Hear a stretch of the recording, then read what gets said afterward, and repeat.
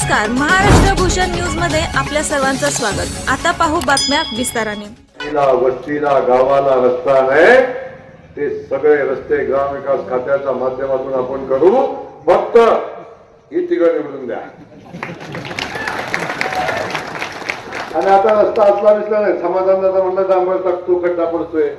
आता नवीन रस्ते आपण करतोय ग्रामविकास खात्याच्या माध्यमातून। चालू वर्षी 30,000 कोटी रुपयाचं बजेट आहे आणि नवीन रस्ते आपण करतोय, हे कॉन्क्रीटचे करतोय। आता खड्डा पडत मनगट नाही, तर खड्डा पडणार नाही। एकदा रस्ता झाला की 12-13 वर्ष त्या रस्त्याला हात लावायची आवश्यकता नाही, अशा पद्धतीचे रस्ते आपण आता करतोय। या भागातल्या ज्या ज्या पायाभूत सुविधा असतील त्या त्या प्रत्येक पायाभूत सुविधेला आपण या ठिकाणी मदत करू। या ठिकाणी आपण पाहिलं, या गावातला एक तीर्थक्षेत्र होतं आणि त्याला निधी देण्यासंदर्भात शिवनांदगी ना, भोसे शिवनांदगी,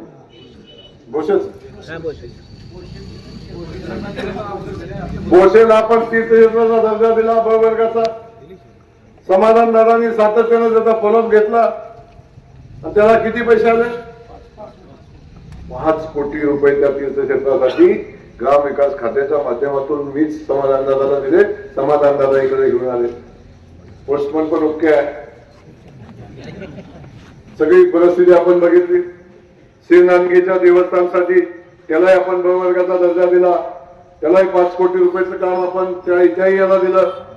आता मोराळ आणि हुन्नूर या दोन्ही तीर्थक्षेत्रासाठी निधीची आवश्यकता आहे।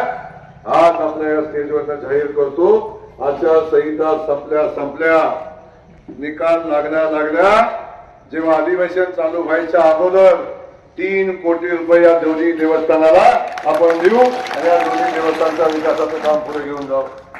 त्यासोबत नंदेश्वर प्राथमिक आरोग्य केंद्र मंजूर आहे, त्याला गती देण्याची आवश्यकता आहे। हे प्राथमिक आरोग्य केंद्र सुद्धा जिल्हा परिषदेच्या माध्यमातूनच होतं। पैसे आरोग्य खाते देतं, पण ग्रामविकास खातेच ते करून घेतं। त्यामुळं तोही आरोग्य केंद्र तातडीने आपण मार्गी लावू आणि त्याला आवश्यक असणारा सगळा निधी त्याला देऊ, याही गावाचं काम आपण पुढे घेऊन जाऊ। म्हैसाळ योजनेतलं पाणी सांगोला वितरिकेद्वारे मानेवाडी, भोसे, नागेवाडी आणि वाघमोडेवाडी झाले असं आहे, बरोबर ना? या भागाचा सगळ्यात महत्वाचा प्रश्न आहे। हे पाणी आणून इथल्या आपल्या तलावात सोडायचंय आणि त्याच्यासाठी या योजनेला आपल्याला मान्यता पाहिजे। मी आपल्याला शब्द या निमित्तानं देतोय भोसेकरांना आणि या वाघमोडेवाडीतल्या सगळ्या परिसरातल्या लोकांना शब्द देतोय, आपण ताकदीनं भारतीय जनता पक्षाच्या पाठीशी उभं राहावा। आदरणीय देवेंद्र फडणवीस साहेबांनी हा महाराष्ट्र दुष्काळ मुक्त करण्याचा संकल्प केला आहे, हे तर खूप छोटस काम आहे। आदरणीय विखे पाटील साहेबांच्याकडे येणाऱ्या अधिवेशनात आपण याची बैठक लावू, या वितरिकेचा निर्णय आपण घेऊ। मी फक्त बैठक लावणार नाही सांगून ठेवतो, मी पण पैलवान आहे, कुस्ती निकालीच करतो। बैठक लावून याचा निर्णय घेऊ आणि हे वितरिकेला मान्यता देऊन आपल्या या भोसेच्या वाघमोडेवाडीच्या तलावामध्ये पाणी सोडण्याचं काम आपण हातात घेऊन ते पूर्णत्वाला घेऊ। अजिबात काळजी करू नका, इथल्या शेतकरी बांधवांना न्याय देण्याची भूमिका आपण घेऊ। त्यासोबत आपण बघितलं, ग्रामपंचायत कार्यालय असेल, बाकी सगळ्या कामांना आपण देतच असतो। तो खास करून आपण बघितलं असेल, बसवेश्वर स्मारकाचं मंगळवेढा हे शहर, मंगळवेढा तालुका ही संतांची भूमी आहे आणि या संतांच्या भूमीमध्ये बसवेश्वरांचं स्मारक झालं पाहिजे, ही भूमिका आपण सातत्याने या तालुक्यातील लोक मांडतायत आणि सातत्याने त्याचा फॉलोअप होतोय। सुदैवानं आता मी पालकमंत्री आहे, बसवेश्वर स्मारकाच्या जागेचा प्रश्न आम्ही आता सोडवलेला आहे आणि बसवेश्वर स्मारक समितीचा अध्यक्ष आता पालकमंत्री म्हणून मी आहे। येणाऱ्या कालखंडामध्ये भव्य दिव्य असं बसवेश्वराचं स्मारक आम्ही उभं करतोय, आपल्या सगळ्यांना अभिमान वाटेल अशा पद्धतीचं बसवेश्वराचं स्मारक आम्ही मंगळवेढ्याच्या भूमीमध्ये करतोय।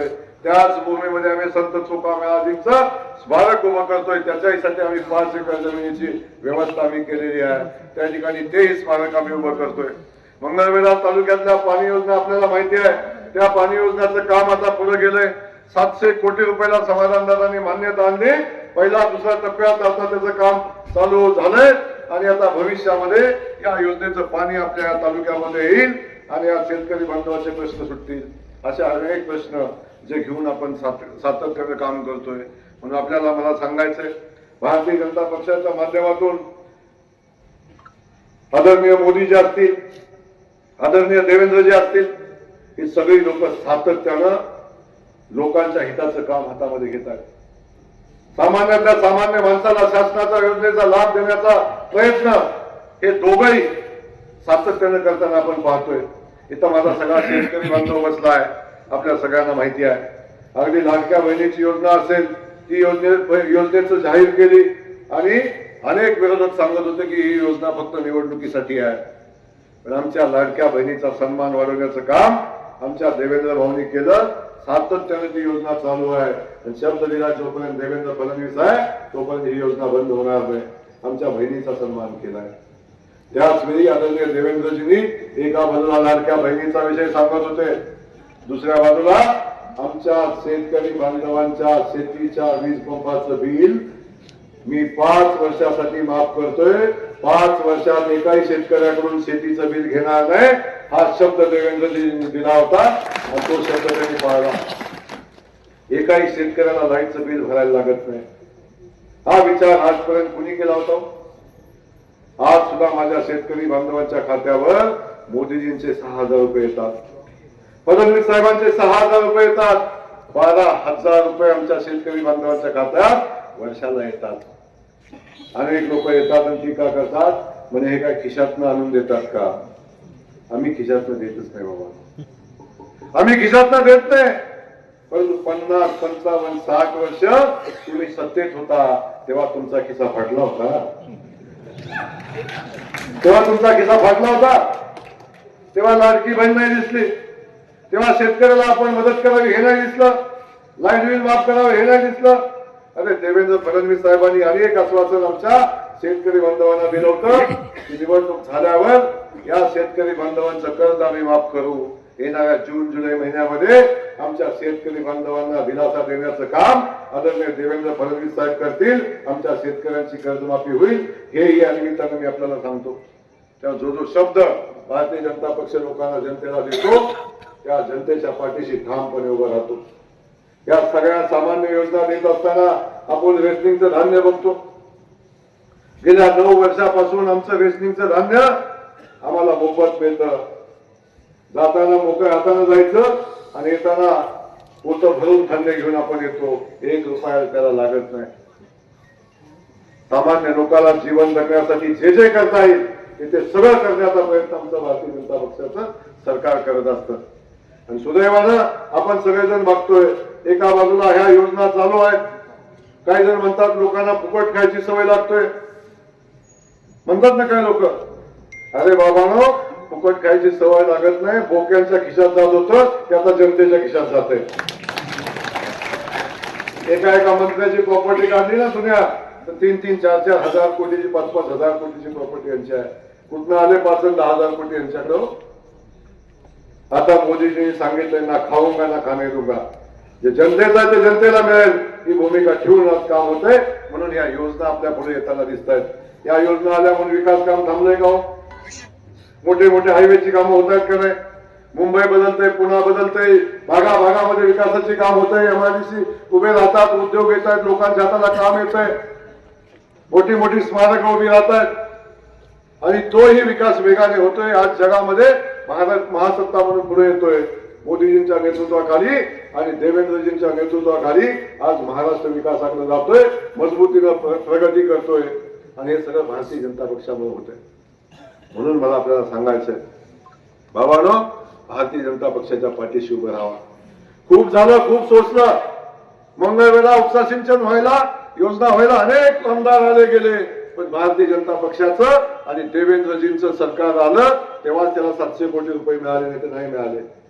बसवेश्वर स्मारक स्वतः होतंय. सगळ्यांनी प्रयत्न केले, नाही होले, पण देवेंद्र फडणवीस साहेब आणि आम्ही सगळे ते करून दाखवू.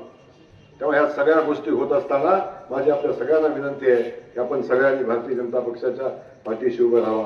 आमचे जिल्हा परिषदेचे 3 उमेदवार आहेत, या तिन्ही उमेदवारांना आशीर्वाद द्या. आणि माझी विनंती आपल्या सगळ्यांना आहे, जर विकास करायचा असेल, सगळं राजकारण आपलं सगळं विकासासाठी असतं.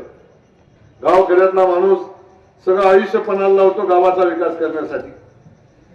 तालुक्याचा सभापती तालुक्यात विकास व्हावा, आमदाराला वाटतं आमचा विकास व्हावा, आमच्या जनतेचा विकास व्हावा. आणि ह्या म्हणूनच आपण राजकारण करत असतो.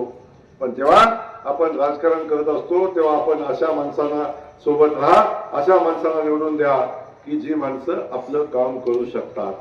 2017 साली नगरपालिकेच्या निवडणुका झाल्या होत्या. भारतीय जनता पक्षाचे फक्त 31 नगरसेवक निवडून आले. किती? 31 नगरसेवक निवडून आले. त्यातले 21 होते अक्कलकोटचे. 21 होते अक्कलकोटचे. बाकी अख्ख्या जिल्ह्यातनं फक्त 10 नगरसेवक निवडून आले होते. किती? 10 नगरसेवक निवडून आले. आता भारतीय जनता पक्ष ज्या ठिकाणी भारतीय जनता पक्षाचं अस्तित्व नव्हतं तिथेही चिन्हावर लढला, ताकदीनं पॅनल टाकलं, लोकांना ताकद भारतीय जनता पक्षानं दिली. आणि बघता बघता 4 नगरपालिकेमध्ये भारतीय जनता पक्षाचा नगराध्यक्ष झाला. 3 नगरपालिकामध्ये भारतीय जनता पक्षाची सत्ता, बहुमत आलं. आणि ज्या जिल्ह्यामध्ये 31 नगरसेवक होते त्या जिल्ह्यामध्ये भारतीय जनता पक्षाचे 144 नगरसेवक निवडून आले. 144 नगरसेवक निवडून आले. आणि ज्या आमचा विरोधक म्हणतात सुप्रासाद झालं, त्या सगळ्यांची बेरीज केली, त्या सगळ्यांची बेरीज केली तरी सुद्धा 4 जास्ती आहे आमची. आता हे पवारचे खासदार उठलं इकडचं पलीकडचं, ते म्हणलं भारतीय जनता पक्षात सुप्रासाद करणार आहे. महापालिकेच्या निवडणुका झाल्या, त्या खासदाराची तुतारी वाजलीच नाही, तिथं वाजलीच नाही तुतारी, बंद पडली. खातं सुद्धा नाही उघडलं, खातं सुद्धा. तेव्हा भारतीय जनता पक्षाचं भारत देशामध्ये, महाराष्ट्रामध्ये, नगरपालिकामध्ये, महानगरपालिकामध्ये सगळ्या ठिकाणी भारतीय जनता पक्षाचं वार आहे. याला कारण भारतीय जनता पक्ष विकास करतो, लोकाभिमुख काम करतो, लोकांच्या साठी काम करतो. आणि आमचे बसलेले भारतीय जनता पक्षाचे नेते आहेत ते आमच्याकडून काम करून घेतात. मी मंत्री असलो तरी मला महिन्याला हिशोब द्यायला लागतो, महिन्यात तू काय काम केलं याचा हिशोब द्यायला लागतो. तेव्हा तुम्ही निवडून दिले हे 3 सदस्य, त्यांना सुद्धा हिशोब द्यायला लागणार आहे, तुम्ही जिल्हा परिषद सदस्य म्हणून काम काय केलं. तेव्हा हा सगळा हिशोब ठेवतो म्हणून भारतीय जनता पक्ष जिंकतोय. कोणतरी म्हणतंय ईव्हीएम मॅनेज झालं, हरलं की असंच आहे. कारण शोधणाऱ्याची संख्या खूप आहे. एकदा म्हणायचं ईव्हीएम मध्ये घोटाळा आहे, पुन्हा म्हणायचं मतच सोडलं, पुन्हा म्हणायचं आणखी काही कारण शोधतात पराभवाची. पण मला आपल्याला पुन्हा एकदा विनंती करायची आहे, या सगळ्या गोष्टी होत राहतील बाबांनो, पण आपलं जिल्हा परिषद गटाचं, आपल्या गावाचं नुकसान करू नका. या भोसे गावाला माझं सांगणं आहे, आपल्या सगळ्यांना सांगणं आहे, आपण या जिल्हा परिषद सदस्याला बहुमतानं निवडून द्या. मी ग्रामविकास खात्याचा मंत्री आहे. भोसे गाव जे मागेल ते करून देईन, चिंता करू नका.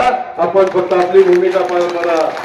ग्रामविकास खात्याकडे भोसे गटासाठी खास पॅकेज असेल, खास पॅकेज असेल. बोलत नाही मी, माझा इतिहास काढून बघा. जयकुमार गोरे बोलला आणि कामातनं कधी मागा आलाय, त्या शब्दातनं कधी मागा आलाय. पालकमंत्री म्हणून मी पहिल्यांदा आलो, बातमी आली बाहेरचा पालकमंत्री आला. आता मला कळ कोण म्हणतं का बाहेरचा? आता म्हणतो घेऊ किती वेळा येतो इकडं. लोकांचा विश्वास संपादन केला कामानं, लोकांची सेवा केली. सोलापूर जिल्ह्यानं सुद्धा पालकमंत्री म्हणून जयकुमार गोरेला स्वीकारलं. याला कारण आहे, मी लोकांच्यासाठी काम केलं, लोकांच्यात गेलो, लोकांना समजून घेतलं आणि लोकांच्यासाठी जे लागेल ते करायची भूमिका घेतली, तेव्हा लोकांनी स्वीकारलं. म्हणून आता माझा एकही विरोधक म्हणू शकत नाही हे बाहेरचा आहे. कारण मी जेवढा वेळा सोलापूरमध्ये आहे त्यातल्या 5% सुद्धा प्रतिनिधी आली नाही. मी जेवढा वेळा सोलापुरात गेलो त्याच्यात 5% सुद्धा आले नाही, तेव्हा कोणी मला बाहेरचं म्हणत नाही. म्हणून मी तुमचा या मातीतलाच आहे. म्हणून तुम्हाला पुन्हा एकदा सांगतो, आपण सगळे मिळून ताकदीनं या लोकांच्या पाठीशी उभं राहावा. यांना मतदान करा. 7 तारखेला मतदान आहे आणि त्या मतदाना दिवशी कमळ चिन्हासमोरचं बटन आपण दाबा आणि त्या कमळ चिन्हासमोरचं बटन दाबून या 3 सदस्यांना आपण निवडून द्या. हे सांगण्यासाठी या ठिकाणी मी आलोय. 7 तारखेला तुम्ही कमळाची काळजी घ्या. 7 तारखेला तुम्ही कमळाची काळजी घ्या. येणाऱ्या 5 वर्षासाठी भोसे जिल्हा परिषद गटाची काळजी जयकुमार गोरे घेईल. हा शब्द तुम्हाला या निमित्तानं देतो. आपल्या सगळ्यांना धन्यवाद देतो. थांबतो. जय हिंद, जय महाराष्ट्र.